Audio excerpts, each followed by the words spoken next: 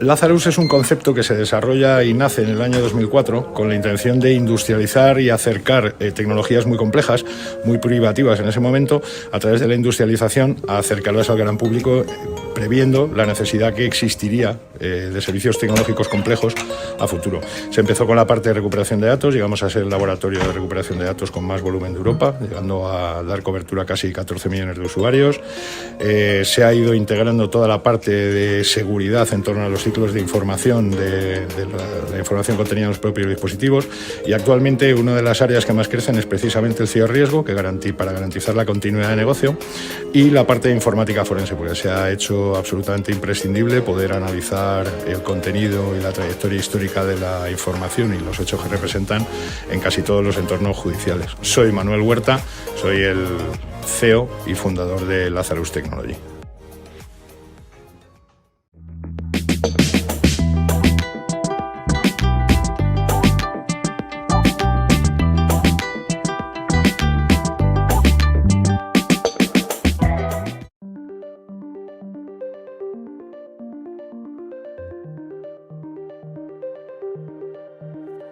Every organization today is facing a myriad of threats, from malware to ransomware to data breaches. And businesses large and small are seeing this malicious activity materially impact their bottom lines. Organizations need to identify, track, and stop cyber threats rapidly, cutting through the noise to identify the threat, resolving it without delay.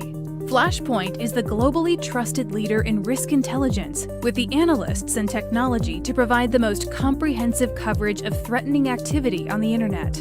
We work with public and private organizations to get ahead of cybercriminals, immediately reducing their exposure, leading up to a 5 times ROI for businesses, and saving time and money across the board while protecting your reputation.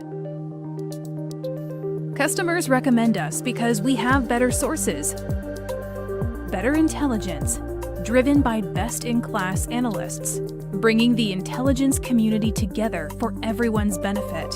Our industry-leading software digs deep into the data to rapidly identify and remediate the most critical security risks. We're the best at what we do, giving your teams actionable data no matter what industry you're in. So whether you want to reduce fraud, increase your security team's productivity, or minimize data breaches, you can trust us to get the right data at the right time with the right context. Flashpoint, trusted experts, trusted partners, trusted intelligence. Is your company at risk? Flashpoint can help teams stay ahead of these threats. Sign up for a free trial today.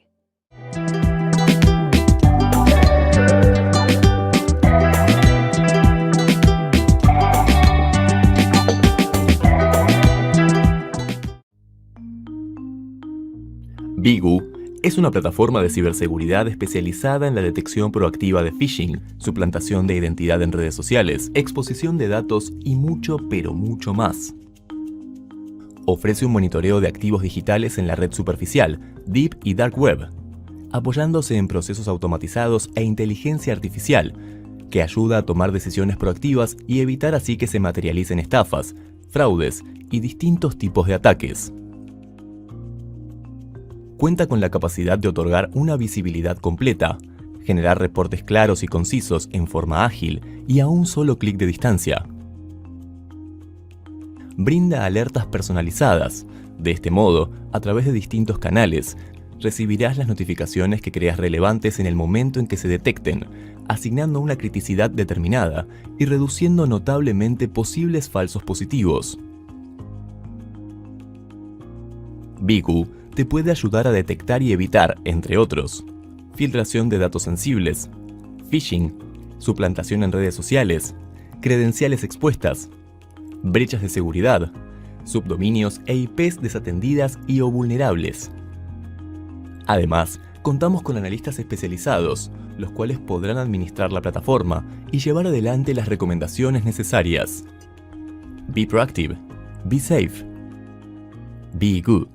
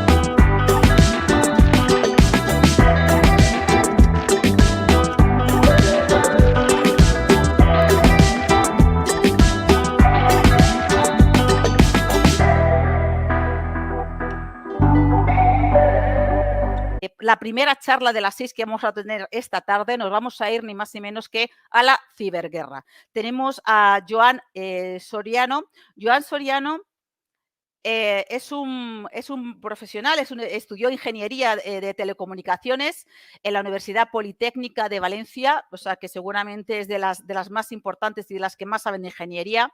Y en 2016 entró a formar parte del programa de capacitación en ciberseguridad Enigma del C2 Grupo, donde desde el 2018 trabaja como jefe del grupo de Threat Hunting. Tenemos un gran profesional que nos trae a una charla. Le voy a dar la bienvenida.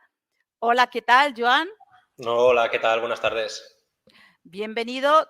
Tu charla, y te doy enseguida paso. Comenzamos justo a las 4, como tiene que ser, a 4 y un minuto. Teoría de ciberguerra contra insurgencia como modelo de defensa de la organización. Ya has colaborado en otras ocasiones, ¿verdad? Con nosotros. No, es la primera vez. ¿Es la primera vez? Es la primera pues vez. Entonces es que te tengo visto en alguno de los encuentros, porque al final vamos colaborando en diferentes lugares y digo, mira que me suena a mí la cara de Joan. Bueno, pues Joan, bienvenido a Intelcom y para ti toda la audiencia. Muchas Voy a gracias. quitar por aquí, te voy a subir el...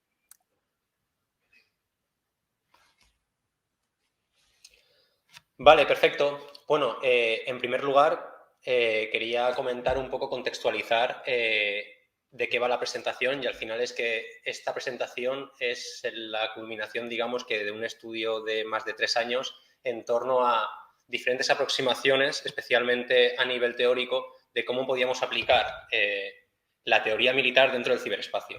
Sobre todo, deviniendo de que aparecen digamos, nuevas vertientes y nuevas capacidades que devienen que al final no traslada de la misma manera que en el mundo cinético, ¿no? Entonces, al final, de cara a principalmente abrir un espacio de divulgación y un espacio de discusión teórico, pues decidí embarcarme en esta aventura, que era el estudio al final de cómo, en qué punto se podían dar de la mano y desde qué punto podíamos introducir conceptos ya militares dentro de la idea sobre todo del dominio virtual.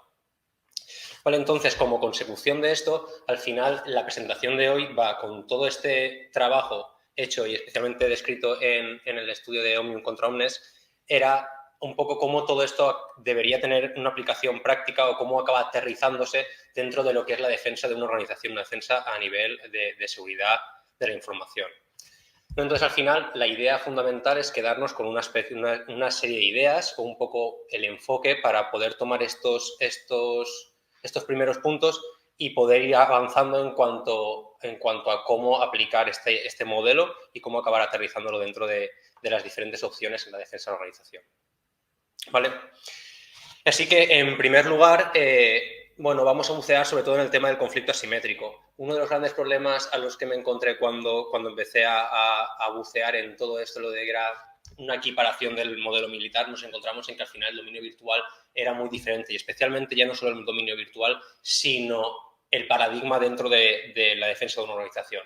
Con lo cual, en esa cuestión, al final, como ahora comentaré durante las siguientes slides, he tomado como referencia diferentes conflictos asimétricos y un poco esa equiparación, ¿vale? Y eso se verá un poco con la cuestión luego de la definición dentro de la ciberguerra. En ese modelo asimétrico, que luego comentaré, si la parte de esa insurgencia es el atacante a la organización, digamos que la defensa o la protección de esa organización pasa a un papel de contrainsurgencia, ¿vale? Con lo cual, las medidas de seguridad de la organización pasarían a equipararse o a evaluarse de manera con lo que son la aproximación teórica clásica de la contrainsurgencia dentro de una nación, por ejemplo, ¿no? Entonces, bueno, pues es un poco la idea de la charla de ahora y, bueno, pues vamos a empezar. Vale, cuando me puse un poco a indagar en cuanto al conflicto asimétrico, empecé a tomar como referencia, pues bueno, qué había pasado en la historia y cómo lo habían tratado los diferentes historiadores y los diferentes estudiosos militares, ¿no? Entonces, simplemente para tomar un poco como referencia, por ejemplo, una de las grandes modelos asimétricos fue la de las guerras del Peloponeso, especialmente ideada por Pericles, ¿no?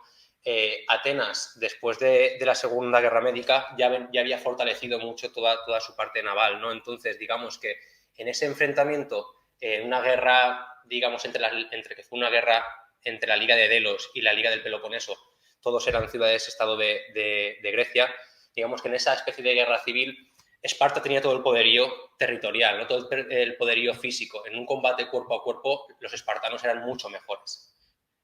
Por otra parte, Pericles, concretamente dentro de Atenas, lo que hizo fue focalizar todo ese desarrollo naval a cómo podía enfocar en un conflicto donde no podía asumir un enfrentamiento directo contra Esparta. Con lo cual, digamos que empezó a desarrollar una serie de tácticas basadas, digamos, en el sabotaje y en el corte de suministros, ¿no? Esa idea iba directamente enfocada a afectar la moral del enemigo, ¿no? Entonces, digamos que, de hecho, el historiador Tucídides luego habló de que la pérdida y la muerte de Pericles supuso un varapalo importantísimo para lo que fue el devenir de la guerra del Peloponeso, ¿vale? Con lo cual, digamos que ya Pericles utilizaba una serie de tácticas no enfocadas a ese enfrentamiento directo. Por supuesto, otro de los grandes referentes fue Quinto Fabio Máximo, dentro de las tácticas fabianas, que también deviene dentro de la Segunda Guerra Púnica, en un momento donde Roma estaba muy afectada y donde no podía enfrentarse directamente contra Aníbal.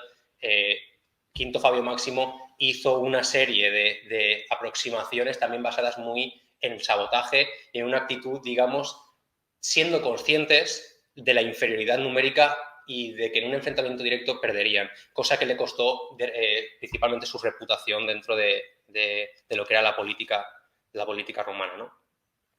Y ya como, por supuesto, aquí hay otros puntos, por ejemplo, la guerrilla española también fue una muy importante y, de hecho, Napoleón así lo expresaría.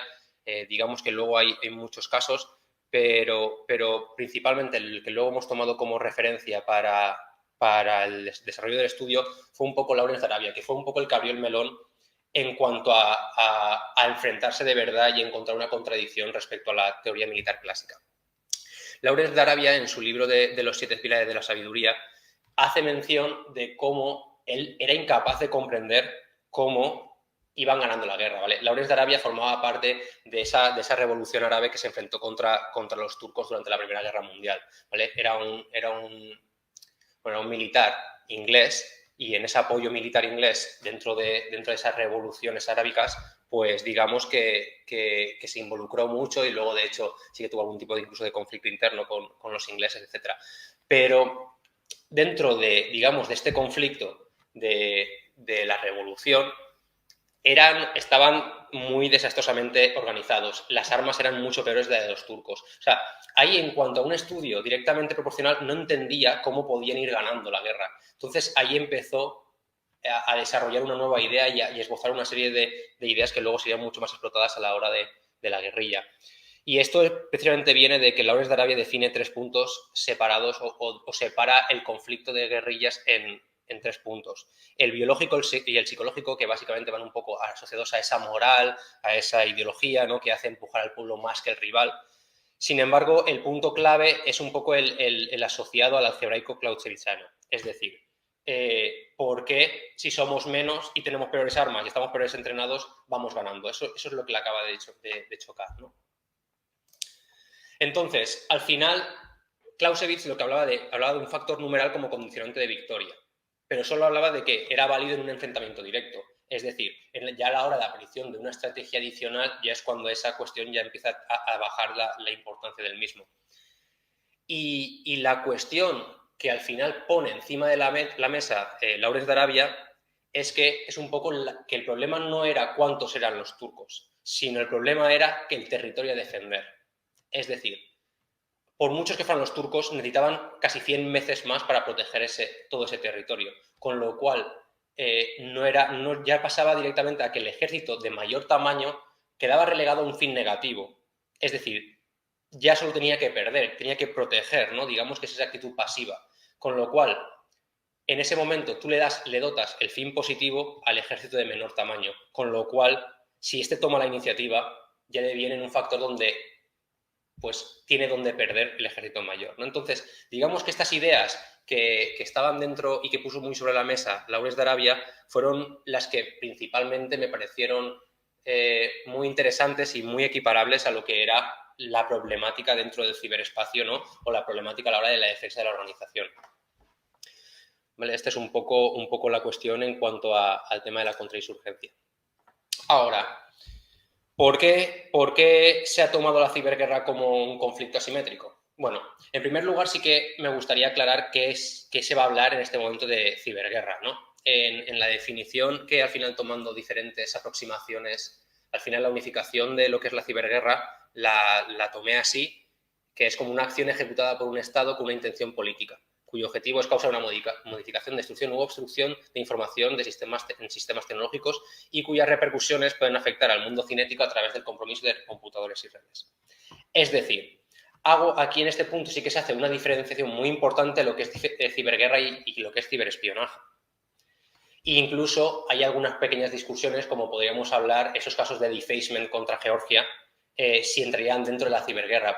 Yo en este caso no lo contemplo así. Es decir, ¿por qué? Porque el objetivo no era tener un impacto físico, sino un impacto reputacional. Entonces, en este caso concreto, no se metería dentro de ciberguerra. En cualquier caso, sí que es importante discernir que no es, o sea, porque no sea un acto dentro del íntegramente ciberguerra, tú en un momento de ciberespionaje, al ser tan sencillo acabar desplegando un artefacto que permita acabar con una modificación, destrucción o obstrucción que termine en un impacto cinético, digamos que debemos tratar igual a lo que es la ciberguerra y el ciberespionaje.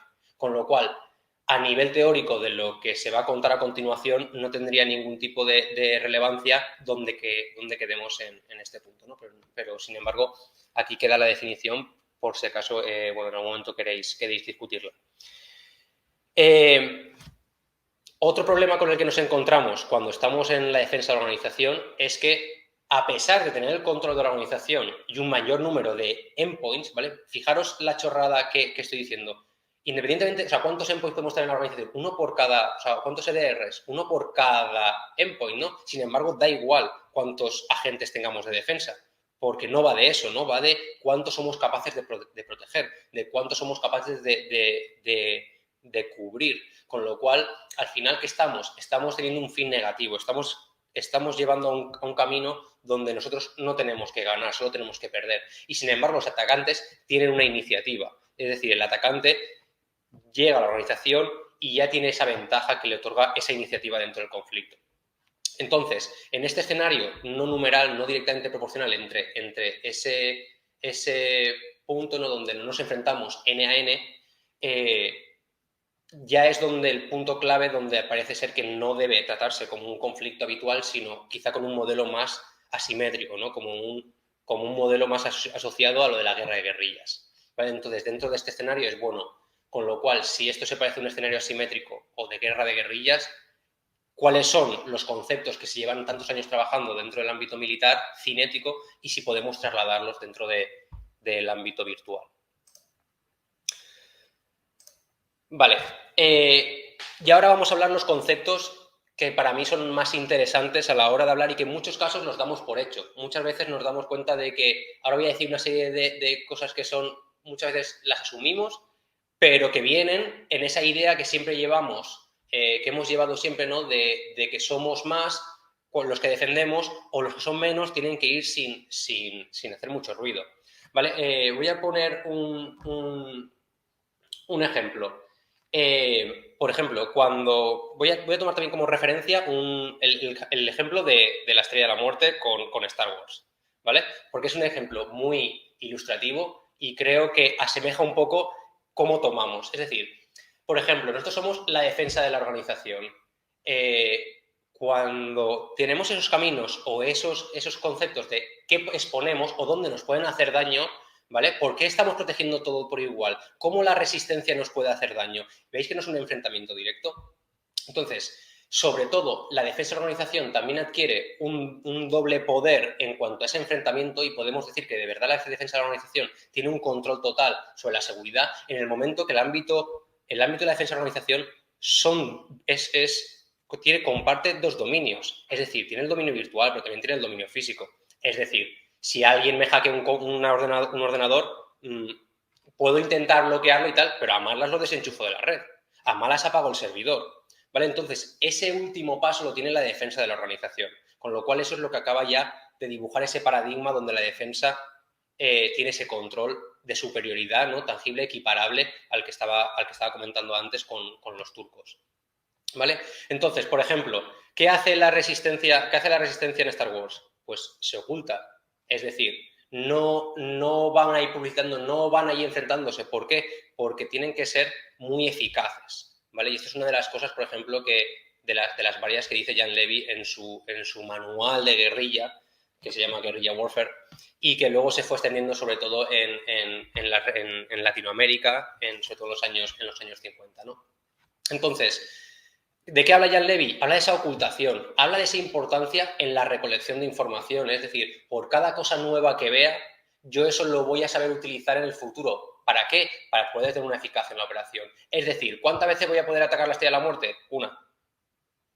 Como entre dos, me acribillen en la primera, no voy a tener una segunda oportunidad, con lo cual eso deviene a que ese ataque tenga que ser lo más eficaz posible y se deba de hacer el daño el mayor posible. Luego también tenemos en cuanto a la relación inversamente proporcional entre inteligencia y técnica, es decir, si yo tengo un supercañón, voy y reviento la Estrella de la Muerte, pero no estamos en ese punto, con lo cual tenemos que, al no disponer de esa técnica, se debe de dar una mayor importancia a toda esa información que recolectamos a nivel de inteligencia y a nivel de procesamiento y de trabajo, ¿no? de todas esas estrategias asociadas. Y también un concepto muy importante del que habla Jan Levy es la movilidad, es decir, esa continuidad de que por ser menos va a ser más difícil que se nos vea, con lo cual en el territorio físico, especialmente podemos hablar en Latinoamérica, podemos hablar también en Vietnam si queréis, esa movilidad dentro de la ocultación que era la selva, ¿vale? Era lo que le permitía también dotar esa ventaja, ¿vale? Digamos, ahora veremos estos casos dentro del ciberespacio, pero digamos que no tiene una relación tampoco especialmente directa. Vale, otra cosa importante que es muy patente dentro del conflicto asimétrico de la guerra de guerrillas es esa emoción que forma parte que le da la iniciativa, es decir, esas ganas porque están luchando por un fin que ellos creen legítimo, ¿no? O por un bien común. Esa emoción la podemos trasladar con algún matiz, es decir, el atacante no tiene nada que perder, ¿no? Y el defensor sí que tiene una presión adicional de la defensa. Entonces, ese carácter emocional también juega en contra dentro de la defensa de la organización, ¿vale? También, pues lo que estábamos hablando, y es un concepto también muy interesante y que sí que me gustaría discutir, es el tema de la obsolescencia de las armas. Es decir, el AK-47, creado, como su propio nombre indica, en 1947, a día de hoy sigue haciendo daño, sigue matando gente, ¿vale? Sin embargo, pensad en el ámbito virtual. ¿Pensáis que un CV de 2012 sigue teniendo vigencia? No, está todo el mundo parcheado. Es decir, las armas, al estar hechas de la propia información y del desconocimiento de la información de ese bug, ¿no? Digamos que en el momento de conocerse se vuelven obsoletas, con lo cual también tiene un alcance muy limitado. No podemos gastar Eternal Blue de la misma manera que hacemos ahora, de la misma manera que hacíamos en 2019, ¿no? Es decir, todo eso ya lo hemos aprendido y hemos parcheado los sistemas, con lo cual la obsolescencia de las armas es un punto muy importante también para tener en cuenta a la hora de este dibujo, de este escenario teórico. Luego, otra idea que también es importante dentro del ciberespacio es un poco lo asociada a la movilidad y al sacrificio posicional. Es decir, hay un concepto de si nosotros somos, por ejemplo, de la guerrilla y queremos mandar a 30 tíos a un sitio simplemente para que hagan de señuelo, hay un componente moral que me impide o que me duele un poco más hacer ese movimiento. Dentro del escenario virtual no es así. No tenemos pena porque nos pillen un CV, ¿no? O que nos pillen un malware que hemos desarrollado que no tiene ningún tipo, ¿no? La única importancia que podemos tener es la inteligencia que lleva dentro, la ventaja que le podemos dar. Sin embargo, este nuevo escenario da pie a que podamos sacrificar muchas más cosas, a un verdadero tablero de ajedrez donde el atacante pueda ir sacrificando piezas, pueda ir sacrificando espacios y donde el defensor también pues solo haga que intentar recuperar la iniciativa, ¿vale? Que es un poco de Robert Thompson, una de las ideas de Robert Thompson, que es uno de los también grandes teóricos de la contrainsurgencia, y entonces, bueno, pues un poco volver a esa idea de esa lucha por la iniciativa, que es otra cosa que pongo muchas veces sobre la mesa, que es la cuestión de intentar que una vez has encontrado al atacante, el atacante no sepa que le has encontrado, porque entonces volvemos a perder la iniciativa y se la volvemos a devolver a los atacantes, y entonces los atacantes con la información de saber que ya les han detectado, ya vuelve a ser el primero o a volver a apagarse, moverse a otro sitio, activar o a lo mejor por miedo cifrar, ¿vale? Todas estas cuestiones. Vale, finalmente tenemos la cuestión de ahora todas estas ideas que hemos ido dibujando un poco así por encima, cómo acaban, ¿no?, dentro de la organización. Y es una cuestión que en muchos casos ya lo hemos ido haciendo, ¿vale? Pero ahora la cuestión es un poco alinearlas a este modelo teórico y de verdad de poder ir desarrollando nuevas ideas. Por ejemplo, la mayor importancia para hacer una contrainsurgencia es una buena contrainteligencia. Entonces, en este caso, se separan en dos puntos, contrainteligencia defensiva y contrainteligencia ofensiva. Por una parte, ¿vale?, la contrainteligencia defensiva en lo que es contrarrestar las capacidades que el atacante puede realizar sobre ti. Por ejemplo, una de las acciones puede ser las acciones de monitorización de threat hunting, ¿no? Esa revisión proactiva, lo que sería en el ámbito físico, esa búsqueda de dar por hecho que ya tengo la insurgencia dentro de la ciudad, ¿no? Ya tengo la insurgencia dentro y que tengo que hacer una revisión y tengo que estar muy pendiente de lo que hay, ¿vale? Por supuesto, aquí hay muchos modelos por ejemplo, tenemos Strike, tenemos AT, ¿vale? Tenemos muchos modelos en cuanto a cómo abordar estas monitorizaciones, pero bueno, el threat hunting es una de las grandes batutas que seguir en el tema de la contrainteligencia defensiva. Y luego tenemos también, por otra parte, el tema todo de, por ejemplo, honey tokens, ¿vale? Pero toda esta parte, digamos, pasiva para la detección de cosas sobre el atacante, todo esto entraría dentro de la contrainteligencia defensiva. Y luego estaría también el tema de la contrainteligencia ofensiva. Es decir, hay conceptos como, por ejemplo, la explotación de los C2. Es decir, esa cuestión de poder obtener más información o desmantelarles más campañas en el momento de hacer ese kickback, ¿no? Es decir, una vez más comprometido, pues yo te comprometo a ti. Sí que cabe destacar que esto es ilegal, por lo menos en España, con lo cual siempre sabéis que esto estamos hablando a un nivel teórico, no estamos hablando de llevarlo a la práctica tal cual. Pero otra de las cuestiones de contrainteligencia ofensiva es la publicación de información. Es decir, muy asociado a lo que he dicho antes de esa obsolescencia de las armas, viene el tema que si yo encuentro una vulnerabilidad y la publico, le estoy haciendo un daño muy importante al atacante porque ya le he caducado esa capacidad que tenía, ¿no? Con lo cual, digamos que esa contrainteligencia ofensiva son acciones de la defensa de la organización que se tienen que hacer recurrentemente. Muchas veces quizás somos recelosos, ¿no?, a la hora de publicar cierto tipo de indicadores, pero esta publicación de información también es una parte muy importante para también esta defensa, ¿no? Y luego también finalmente tenemos otras de las cuestiones para esta defensa. Hay una idea, ¿vale? Igual que en la nación tenemos un nivel de riesgo variable, ¿no? Tenemos un nivel de alerta terrorista variable, no podemos tener a toda la gente siempre monitorizando con el mismo tipo de ímpetu, ¿no? La gente al final se cansa, se quema o no se toma en serio de verdad ese tipo de medidas. Entonces, por ejemplo, una idea que hemos desarrollado en ese grupo y que está muy asociado con esta idea es la evaluación constante de los eventos de seguridad en función de esta situación geopolítica.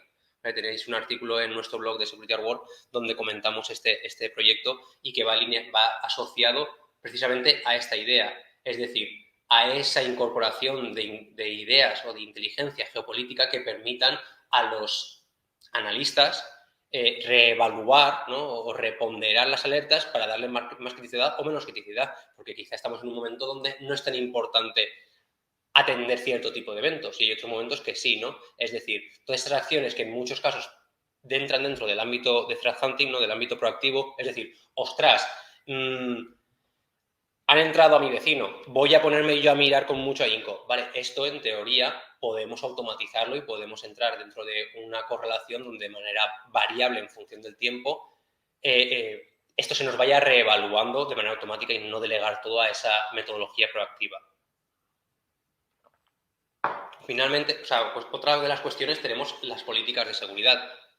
En el ámbito, digamos, de un Estado, ¿no? Es algo más complicado porque todas estas medidas de seguridad tienen un impacto directo sobre lo que es la libertad del individuo y al final el individuo, digamos, que acaba sintiéndose una represión sobre él y acaba incluso alineándose con ideas de la insurgencia, ¿no? Con lo cual, estas políticas de seguridad que se llevan en el Estado y que son tan peliagudas de hacer, sí que son más fácilmente trasladables dentro de la organización. Es decir, sí que podemos bloquear que nadie navegue a marca.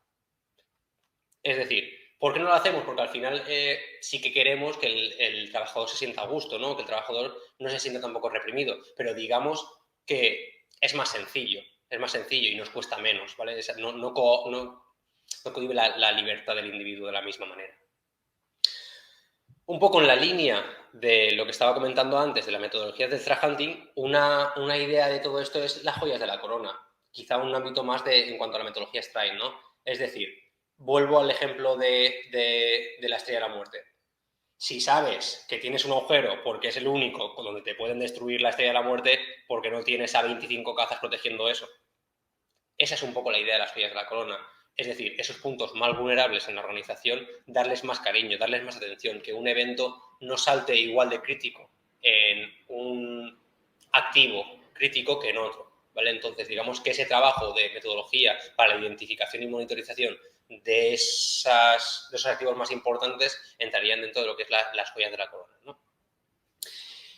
Y ahora aquí sí que me quedan dos puntos realmente quizá algo más peliagudos, ¿vale? Y sí que me gustaría tomarme mi tiempo a la hora de explicarlos. El primero es alineado a lo de la obtención de información que comentaba Jan Levy en su Guerrilla Warfare. Habla de que toda la insurgencia, una vez va obteniendo toda esa información, eso es vital para el futuro a la hora de dibujar. Es decir, el traje de este tío es verde, la gorra es roja, aquí hay que llevar un papel que ponga no sé qué, ¿vale? Toda esta información que se va recolectando, fijaros el nivel que adquiere en el mundo virtual. O sea, en el mundo virtual, cualquier beacon que llegue y que haga un reconocimiento de la red, va a poder filtrarlo de manera inmediata y los atacantes lo van a poder subir en un Elasticsearch y tener en su base de datos no relacional con toda la información de la organización. Es decir, ese trabajo de obtención de información es muchísimo más rápido, esa filtración es muchísimo más rápida y ya no solo eso, sino que la capacidad de procesamiento y la capacidad de análisis de toda esa información es muchísimo más rápida por parte de los atacantes. ¿Vale? Entonces, ante esa cuestión, ¿qué os parecería si cuando sacan los mapas de la estrella de la muerte donde dicen que aquí hay un agujero y que si le dan este agujero se explota la estrella de la muerte, no hiciéramos nada? Sería ridículo, ¿no? Yo cuando encuentro y tengo un activo importante y la insurgencia sabe dónde está, lo que hago es moverlo, lo que hago es cambiar algo. Sin embargo, no es una práctica habitual en la defensa de la organización. Es decir, una vez nos han comprometido, no volvemos a hacer nada en la defensa de la organización. Y eso es lo que tiene un impacto a que la siguiente vez el atacante, cuando entra, se va a encontrar exactamente en la misma IP donde está el controlador de dominio. Se va a encontrar exactamente con los mismos usuarios, ¿vale? Quizás si hemos hecho un cambio de contraseña general, bueno, pero quizás los mismos usuarios y ya quizás sea un tema de fuerza bruta. Es decir, le estamos dando muchas facilidades al atacante para que vuelva a hacer un ataque mucho más rápido. Y ya no solo eso, sino que al final es que estás dándole... O sea, ese momento donde el atacante se expone porque está haciendo un reconocimiento de red, todo eso se lo va a ahorrar. Entonces, las probabilidades de encontrar al atacante en el futuro van a ser mucho menores y vamos a recibir un impacto mucho mayor en mucho menor tiempo, ¿no? Entonces, esa es una de las ideas, una de las ideas más complejas, es decir, poner sobre la mesa la necesidad de continuas reestructuraciones de la red e incluso la cuestión de que a la hora de implantar la red sea fácilmente modificable, ¿vale? Que esto es una auténtica odisea en según qué organizaciones. Y finalmente tendríamos un poco la idea de la separación del dominio virtual. ¿vale? Imaginaros que tenemos que entrar no sé, a explotar la Estrella de la Muerte otra vez. Imaginemos que después de haber hecho toda la campaña de llegar allí, llegamos al punto y el núcleo directamente no está. No está en el dominio virtual. Y es otra cosa que muchas veces no hacemos, pero que también es un punto donde sí que extiendo en el estudio, me explayo en este punto. Es decir, el mundo virtual se ha convertido en un mundo difícilmente defendible. Es decir, con todo lo que he comentado en estos puntos anteriores, estamos en inferioridad, siempre estamos relegados a un fin negativo. El atacante con cualquier beacon tiene una iniciativa donde es capaz de realizar impactos a gran escala y donde pueden afectar mucho a la organización. Es decir, por la comodidad, por la facilidad, la rapidez de las comunicaciones, todo eso hemos implantado a nuestra organización en el mundo virtual, pero esa mera implantación es lo que nos ha hecho vulnerables, ¿vale? Con lo cual, quizá deberíamos poner sobre la mesa si es necesario que ciertos activos, especialmente los críticos, tengan un reflejo en el mundo virtual. Porque imaginaros que después de llegar, lo que estaba diciendo, ¿no? Llegas al núcleo de la Estrella de la Muerte y ahí no está el núcleo. Es decir, ¿por qué? Porque directamente no existe en el mundo virtual. Es decir, ¿por qué yo los ficheros o los archivos más críticos o los documentos que reflejan la estrategia de la nación, la estrategia corporativa, ¿por qué los tengo que tener en el mundo virtual si eso hace que su nivel de riesgo sea mucho mayor? Y esto es una broma que hago muchas veces y que comparto con mis compañeros muchas veces, pero yo siempre digo que mis credenciales están más a salvo con un POSIT en mi ordenador que en el KeePass, por lo menos con los rusos. Es decir, estamos notando que en el momento que yo estoy dando mis credenciales en un KeePass, ya no estoy controlando todo lo que está pasando, ya no estoy controlando todos los procesos, ya no estoy controlando ni siquiera la infraestructura, que no la he desarrollado yo, la he desarrollado una empresa privada, que no conocemos exactamente cuáles son sus fines, ¿no? Con lo cual, estamos delegando y estamos dando muchas facilidades en un mundo que al final no tenemos la capacidad de controlar perfectamente. Entonces, esto sí que es verdad que es un tema discutible, pero que es una cuestión que también tenemos que tener en cuenta. Quizá la solución es que directamente no tenga espacio y que directamente, pues, a lo mejor sigamos teniendo cosas en el mundo físico y no en el mundo virtual. Y bueno, en este punto, básicamente, yo ya habría terminado y nada, y me gustaría vuestros comentarios y las preguntas que tenéis. Hola, Joan, ¿me escuchas, no? ¿Se me escuchas? Sí. Vale, fenomenal. Pues nada, muchísimas gracias, lo primero, por esta ponencia y, bueno, me ha hecho mucha gracia esta parte sobre que tus credenciales están más a salvo en un POSIT, ¿no? Que casi que en cualquier sitio al final que tengas en la red o en un ordenador, ¿no?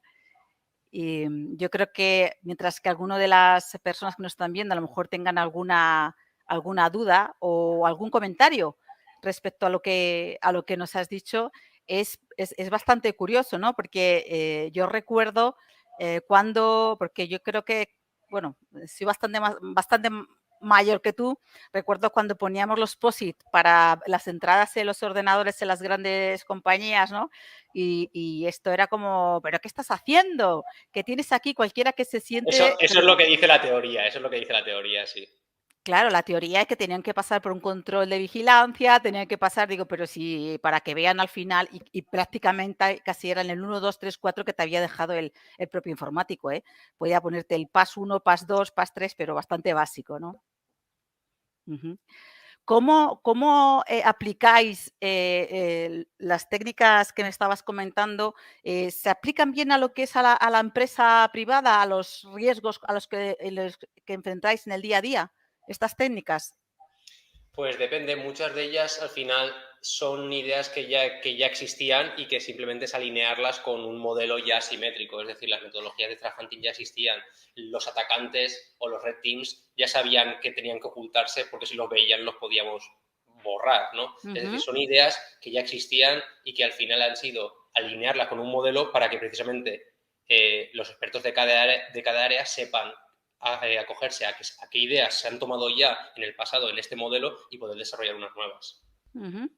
Y, por ejemplo, en tu área profesional, ¿cuáles serían un poco las funciones que desarrollarías más como jefe de Treat Hunting? Porque creo que algunos de nosotros que venimos de áreas de investigación y que en algunas ocasiones también acometemos investigaciones, en este caso en el mundo en el digital, ¿no? Porque son entornos diferentes.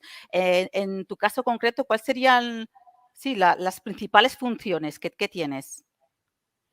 Pues, por ejemplo, todo el tema de las metodologías de threat hunting, ¿no? Es decir, esas metodologías para la revisión proactiva de volúmenes de información y un poco la decisión de que se va a revisar de manera proactiva más. Es decir, equiparando un poco al mundo físico, dónde voy a focalizar las investigaciones y por qué voy a mirar más estos pueblos que estos pueblos, o voy a mirar más estas carreteras que estas otras, ¿no? Esa es un poco esa revisión proactiva y también un poco la decisión del por qué, ¿no? Y esa justificación de por qué se va a focalizar ese análisis, que al final, al ser una idea proactiva, son horas de analista, con lo cual cuanto más eficientes seamos a la hora de decidir qué tenemos que monitorizar, al final son horas de analista y son costes para la empresa que se ahorran. Vale, entonces sí sería una parte previa de, no sé si, lo que si tenemos que ver el ciclo de inteligencia, que sería más una parte de dirección, bueno, de planificación, ¿no? A la hora de planificar para no tirar los recursos. Por ejemplo, nosotros donde nos ubicamos es ¿Correcto? después, porque nosotros asociamos esa capacidad de inteligencia a lo que es el threat intel, es decir, las amenazas, o sea, ya se cumple el ciclo de inteligencia en la parte anterior. Entonces, nosotros dentro de la consumición de esa información ya tomamos una decisión a la hora de aplicar, ¿no? Es decir, estamos en un paso posterior y nosotros delegamos ese ciclo a lo que serían las tareas de threat intelligence. Pues es que estoy mirando por aquí si hay algún comentario, pero aparte de darnos la bienvenida, no veo ningún comentario. Ya veo, ya. Y bueno, a veces nos vamos acercando a las diferentes áreas para ir bueno, pues de la misma manera, ¿no? Que tú has hecho esa relación un poco, bueno, pues echando también conceptos clásicos, ¿no? De la guerra, de cómo luego los puedes ver esa traslación en lo que es la parte virtual. Bueno, pues probablemente también hay muchas dudas, ¿no? En el público para ver exactamente dónde pueden ellos mismos, la información que tú les has dado, cómo lo pueden luego aplicar en su día a día, ¿no?